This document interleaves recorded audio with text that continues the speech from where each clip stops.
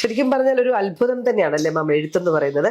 എല്ലാവർക്കും ഒരുപോലെ ലഭിച്ചിരിക്കുന്ന 51 അക്ഷരത്തിൽ നിന്നാണ് ഇത്രയധികം വ്യത്യസ്തങ്ങളായ കഥകളും കവിതകളും ലേഖനങ്ങളും. ശരിക്കും ഒരു അത്ഭുതം തന്നെയാണ് എഴുത്ത് അല്ലെങ്കിൽ അക്ഷരങ്ങളുടെ ഈ മായാലോകം എന്ന് പറയുന്നത്. ഇപ്പൊ ഏകദേശം 30 വർഷത്തിന് മുകളിലായി മാം ഈ ഒരു എഴുത്തിന്റെ ലോകത്തേക്ക് കടന്നു വന്നിട്ട്.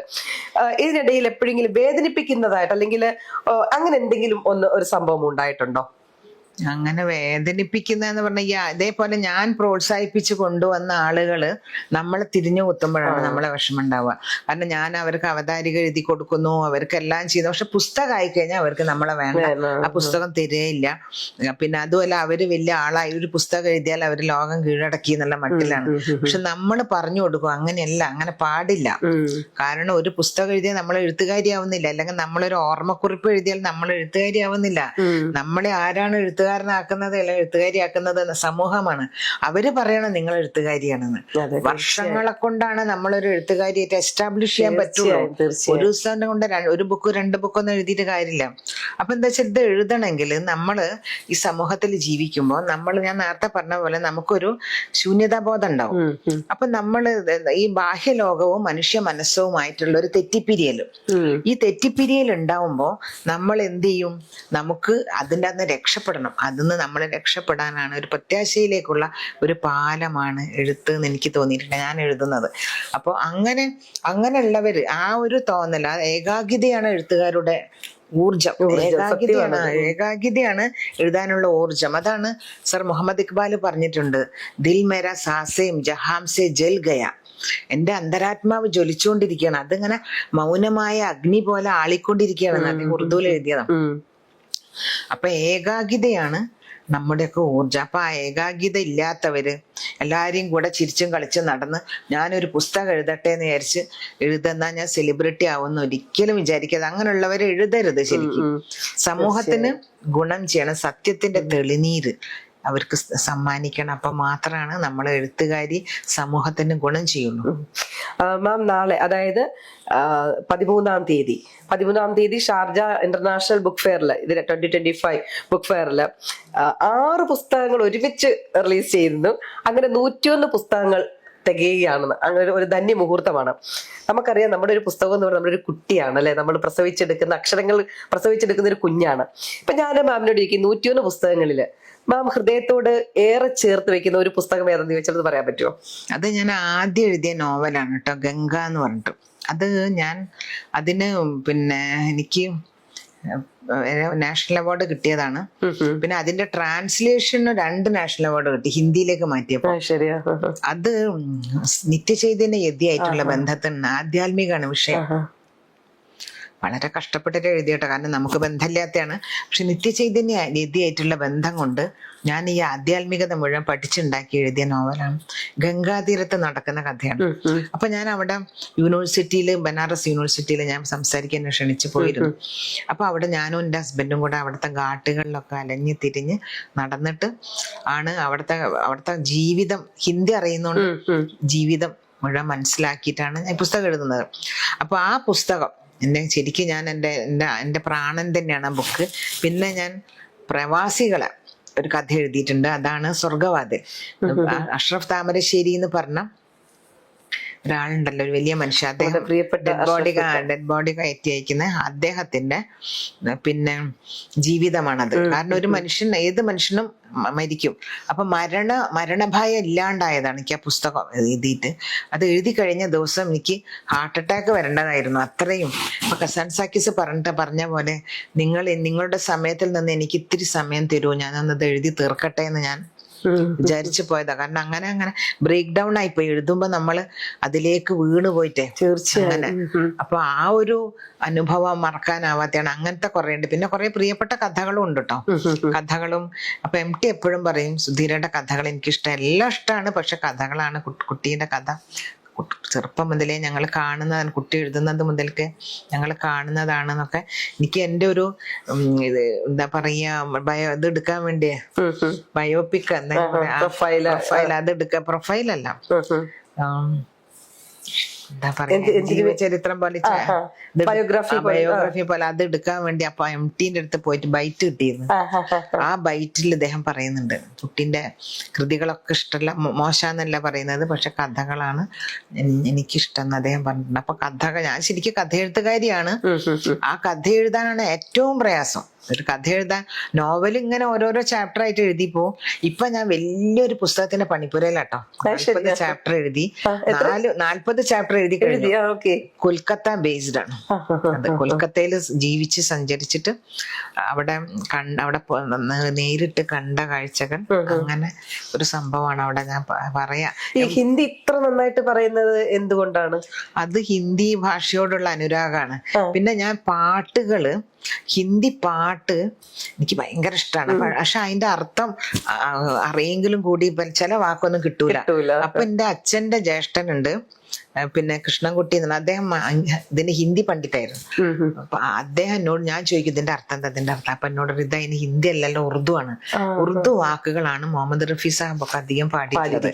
അപ്പൊ അതുകൊണ്ട് ഞാൻ ഉറുദു പഠിക്കാൻ പോയി. അങ്ങനെ ഇപ്പൊ ഉറുദു പഠിച്ചു, ഉറുദുവിൽ ഡിഗ്രി എടുത്തിട്ടുണ്ട്. അതേപോലെ ഹിന്ദിയിൽ ഇപ്പൊ സാഹിത്യാചാര്യ കഴിഞ്ഞല്ലോ, 2 കൊല്ലം മുൻപാണ് സാഹിത്യാചാര്യയിൽ ഫസ്റ്റ് ക്ലാസ് ആയിട്ട് പാസ്സായത്.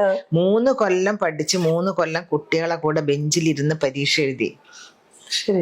അത്രയും 4 ദിവസത്തെ പരീക്ഷയാണ്. അത്രയും എഴുതി കുത്തിരുന്ന് പഠിച്ച് മാമിനോട് സംസാരിക്കും തോറും നമുക്ക് ഇങ്ങനെ ഓരോരോ കാര്യങ്ങൾക്ക് ഭയങ്കര ഒരു മോട്ടിവേഷൻ, ഒരു ഇൻസ്പിറേഷൻ, ഒരു വ്യക്തിത്വം തന്നെയാണ്. ലാംഗ്വേജ് ഇസ് പവർ എന്നാണ് പറയുക. ഭാഷ നമുക്ക് അറിയെങ്കിൽ എല്ലാ ഭാഷയോടുള്ള അനുരാഗം നമ്മളെ കൂടുതൽ കൂടുതൽ അറിവിലേക്ക് നയിക്കും. അപ്പൊ ഞാൻ വിചാരിക്കും, ഇപ്പം കബി കബി മേരെ ദിൽമേ എന്നുള്ളത് ഞാൻ പാട്ട്, ഹിന്ദി പാട്ടും ഉറുദു ഗസലുകളും, നമ്മൾ കേട്ട് പരിചയമുള്ള ഗസലുകളും ഞാൻ എന്ത് ചെയ്തു, അത് ട്രാൻസ്ലേറ്റ് ചെയ്തു.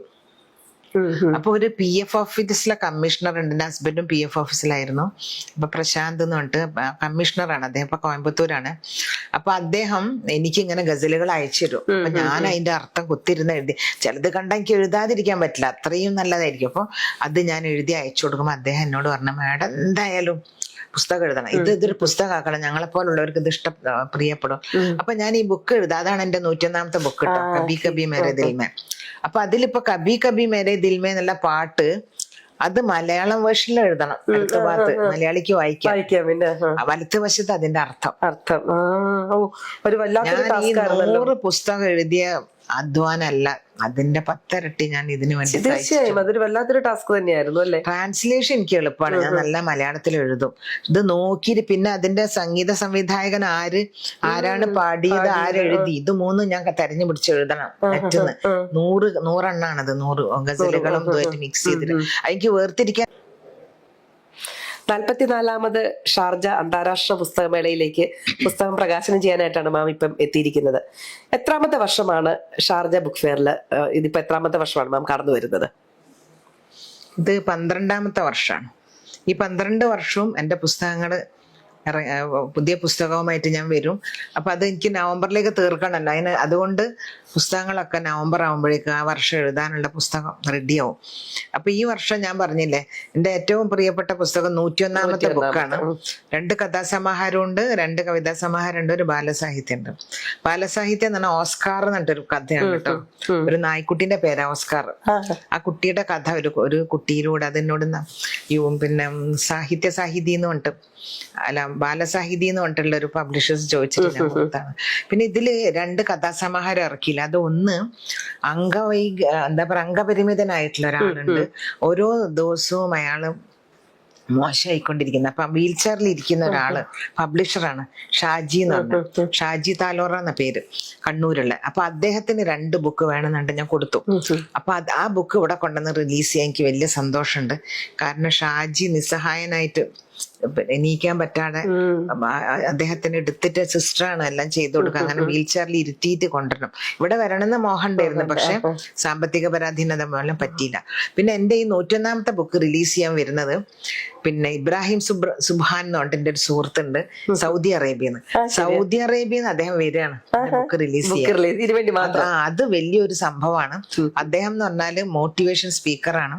അതേപോലെ ഈ ബിസിനസ് ഓണേഴ്സിന് ട്രെയിനിങ് ഒക്കെ കൊടുക്കുന്ന പുതിയ പുതിയ എന്താ പറയാ പോസിറ്റീവ് വൈബ് കൊടുക്കുന്ന ഒരാളാണ്, ഭയങ്കര സ്പീക്കറാണ്. അപ്പൊ അദ്ദേഹം വരുന്നുണ്ട്, നാളെ എത്തും. അപ്പൊ അതെനിക്കൊരു സന്തോഷമുള്ള കാര്യമാണ്. നമ്മളൊരു സുഹൃത്ത് ദൂരേന്ന് വന്ന് നമുക്ക് വേണ്ടി പിന്നെ നമ്മളെ സംസാരിക്കാൻ വേണ്ടി വരുന്നു. പക്ഷെ 25 മിനിറ്റേ ഉള്ളൂ. അദ്ദേഹത്തിന്റെ പ്രസംഗത്തിന് സമയം ഉണ്ടാവില്ല. എന്നാലും അങ്ങനെയുള്ള കുറെ പേര്, ഇവിടെ ഉള്ള ഒരുപാട് പേര്, അല്ലെങ്കിൽ ഇന്നെ വലിയ വലിയ ആൾക്കാർ വേണം, ഇവിടുത്തെ എഴുത്തുകാർ വേണം, അങ്ങനെ ഞാൻ വിചാരിക്കാറില്ല. ആരാണോ അവിടെ ഉള്ളത് നമുക്ക് അവൈലബിൾ ആയത് അവരെ വെച്ച് ബുക്ക് റിലീസ് ചെയ്യും. ഇവിടുന്ന് ചെയ്യണമെന്നേ എനിക്കുള്ളൂ. ഈ 12 വർഷം എന്നെ ആളെ കണ്ടുവച്ചിട്ട് ഞാൻ ചെയ്തിട്ടില്ല. എനിക്ക് അങ്ങനെയൊന്നുമില്ല. പുസ്തകം നമ്മൾ ഇറക്കണം, ഇവിടെ വെച്ച് ചെയ്യണം, അതൊരു ഐശ്വര്യമാണ്. പിന്നെ മോഹൻകുമാർ സാറിനെ പ്രാവശ്യം കാണാൻ പറ്റിയില്ല, വലിയ സങ്കടമുണ്ട്. അദ്ദേഹത്തിന് എന്തോ ആരോഗ്യ പ്രശ്നമായിട്ട് വരാൻ പറ്റിയിട്ടില്ലല്ലോ. അപ്പൊ അതിന്റെ ഒരു ശൂന്യത നമ്മൾ അറിയാം. അപ്പൊ ഞാൻ പറയാണ്, ശിവനില്ലാതെ എന്ത് ദക്ഷയാകെന്ന്. അപ്പൊ അദ്ദേഹം ഇല്ലാതെ, ശിവനില്ലാത്തൊരു ദക്ഷയാഗാണ് ഇവിടെ നടക്കുന്നത്. എങ്കിൽ പോലും അത് ഏറ്റവും ഭംഗിയായിട്ട് ചെയ്യാനായിട്ട് അതിന്റെ ബാക്കിയുള്ള സംഘാടകർ ശ്രമിക്കുന്നു എന്നുള്ളതാണ് ഒരു വലിയ ആശ്വാസം. പിന്നെ പഴയ ഫ്രണ്ട്സിനെ ഒക്കെ കണ്ടോ ഇത്തവണ വന്നിട്ട്? അതാണ്, ഇവിടെ വന്നാല് എല്ലാരും ഓടി വരും നമ്മളെ കാണുമ്പോഴേക്ക്. പബ്ലിഷേഴ്സും അതേപോലെ കുറെ ഇവിടെ ഉള്ള ആളുകൾ നമ്മൾ വരുന്ന കാത്തു നിൽക്കുന്നു. ഇന്നലെ സുനന്ദ എന്നൊരു ലേഡി വന്നിട്ട് കാത്തു നിൽക്കുകയായിരുന്നു. ഞാൻ എപ്പോഴാ മാഡം വരും, എനിക്ക് കാണണം. അങ്ങനെ അവർ കൂടെ ഫോട്ടോ എടുക്കുന്നു. അതൊക്കെ ഒരു സന്തോഷമാണ്. എല്ലാ പബ്ലിഷേഴ്സിനെയും കാണുന്നു. പിന്നെ മറ്റ് പബ്ലിഷേഴ്സ്, ഇപ്പൊ ഹിന്ദിയിലുള്ള ഒരു പബ്ലിഷർ എന്നോട് ചോദിച്ചിട്ടുണ്ട് ഹിന്ദി ട്രാൻസ്ലേഷൻ തരുമോന്ന്. അങ്ങനെ പല പല പബ്ലിഷേഴ്സുമായിട്ട് നമ്മൾ ബന്ധപ്പെടുന്നു. അതൊക്കെ വലിയ കാര്യമാണ്. ശരിക്കും പറഞ്ഞാൽ ഷാർജ അന്താരാഷ്ട്ര പുസ്തകമേള എന്ന് പറയുന്നത് ഒരു വൻ വൃക്ഷമാണ് അല്ലെ, നമുക്ക് അങ്ങനെ വേണമെങ്കിൽ പറയാം. അതിന്റെ ശിഖരങ്ങളിൽ അനേക രാജ്യങ്ങളിൽ നിന്നുള്ള കഥാകൃത്തുക്കളും എഴുത്തുകാരും സാഹിത്യകാരന്മാരും വന്ന് കൂടുകൂട്ടുന്നു. ഒരു 10 ദിവസം അവരവിടെ വിശ്രമിക്കുന്നു. അതിനുശേഷം വീണ്ടും തങ്ങളുടെ കൂടെ തേടി പറക്കുന്നു. അടുത്ത വർഷം വീണ്ടും വരുന്നു. അതിനുശേഷം എല്ലാവർക്കും ഒരു ഊർജ്ജമാണ്, ഒരു പുത്തൻ ഊർജ്ജത്തോടു കൂടിയാണ് നമ്മൾ തിരിച്ചു പോകുന്നത്. എല്ലാവരെയും കണ്ട് എല്ലാ ദുഃഖങ്ങളും മറന്ന് എല്ലാവരെയും സ്നേഹം അനുഭവിച്ച് അങ്ങനെ ഒരു എന്താ പറയാ, അതിരുകളില്ലാത്ത, ഭാഷയുടെ അതിരില്ലാത്ത ഒരു പിന്നെ കൂടിച്ചേരലുകളാണ്. സൗഹൃദം പൂവിടുന്ന കൂടിച്ചേരലുകളാണ്. പുതിയ പുതിയ സൗഹൃദങ്ങൾ ലഭിക്കുന്നു. പഴയ സൗഹൃദത്തിന് നമ്മുടെ ഫ്രണ്ടിന്റെ മകളാണ് അതിഥി അരുൺ എന്ന പേര്. ആ കുട്ടീന്റെ 6ാമത്തെ ബുക്കാണ് ഞാൻ റിലീസ് ചെയ്തത്. ചെറിയ വയസ്സ് മുതൽ ആ കുട്ടി ഇവിടെ ബുക്ക് റിലീസ് ചെയ്യാണ്. അവര് താമസിക്കുന്ന ദുബായിലാണ്, അൽനാദയില്. അപ്പൊ അരുണും ധന്യേന്റെയും മകളാണത്. അപ്പൊ ആ കുട്ടീന്റെ പുസ്തകമാണ്. അപ്പൊ ഒരു കുട്ടിയുടെ ഭാവന എന്ന് പറഞ്ഞാൽ എത്ര ഉന്നതമാണ്, നമ്മൾ അതിശയിക്കും. അത്രയും ഭാവനയുള്ള കുട്ടികളുണ്ടെന്ന്. ശരിക്കും ഷാർജ അന്താരാഷ്ട്ര പുസ്തകമേള എന്ന് പറയുന്നത് ഒരു പ്രായവ്യത്യാസമില്ലാതെ അക്ഷരത്തെ സ്നേഹിക്കുന്ന എല്ലാവർക്കും കൂടുകൂട്ടാനുള്ള ഒരു മരച്ചില്ലയാണ്. അത് കുട്ടികളെന്നോ മുതിർന്നവരെന്നോ ഒന്നും അല്ല. അത് മാത്രല്ല, 60 വയസ്സ് കഴിഞ്ഞവരൊക്കെ എഴുതാൻ തുടങ്ങുന്നുണ്ട്. പുതിയതായിട്ട് എഴുത്തിന്റെ ലോകത്തേക്ക് വരുന്നവരുണ്ട്. എന്താണ് മാം തിരിച്ച് നാട്ടിലേക്ക് പോകുന്നത്? ഞാൻ നവംബർ 18-നാണ്.